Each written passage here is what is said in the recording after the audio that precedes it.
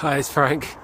I'm just on my walk into town, down the Crab and Winkle path, which, as I've said before, used to be a railway line from Whitstable to Canterbury, built in the late 1820s, I believe. I just love walking down here.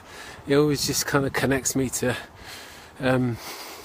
a history that precedes me and that will follow me after I'm gone. And that gives me a little bit of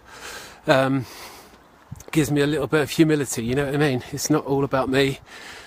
There were people here a couple of hundred years before I was even thought of, and they made this railway line.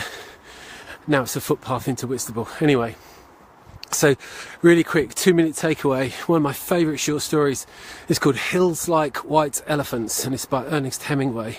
Hemingway, man, is such a brilliant writer. His dialogue is fantastic. He just writes, it's just so real. And this story is fantastic. It's only about 4 or 5 pages long. Hills Like White Elephants. It's just a couple.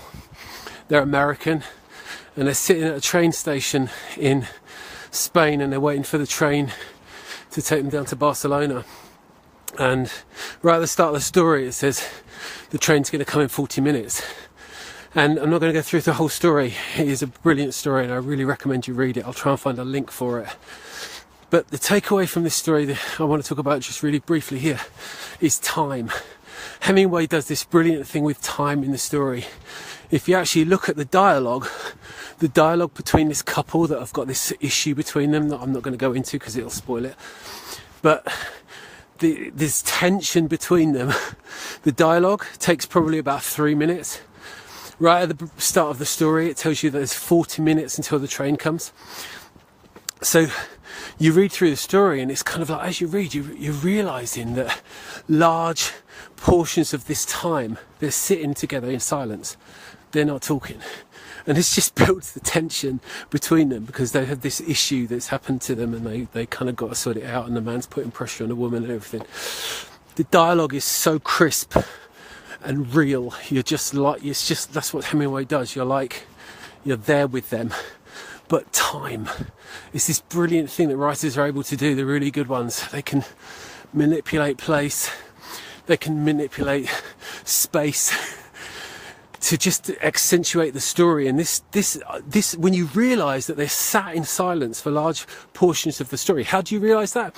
Well, sometimes the dialogue jumps. At one point, the guy orders a beer from the woman, and the woman's standing there, she's taking the order, and the next sentence, there's no kind of text break or anything, the next sentence, the girl he's with is saying, it tastes of licorice. There's a time gap. Time has passed in that gap, and you realise there's no dialogue in that gap. So they're sitting there on their own. They're just sitting in silence with this issue that is burning the shit out of both of them. It's a brilliant short story. I'll link it to when I do a further kind of explanation of why I love this story so much. I'm going to do a bit of a longer one. But if you can get hold of it, read it. Hemingway's a brilliant writer. Writes about male violence a lot of the time, codes of conduct, that kind of thing. The dialogue is so real. The situations he creates are just so vibrant, even when nothing's really happening. So that's my little 2-minute takeaway. Probably took 4 minutes, but who cares?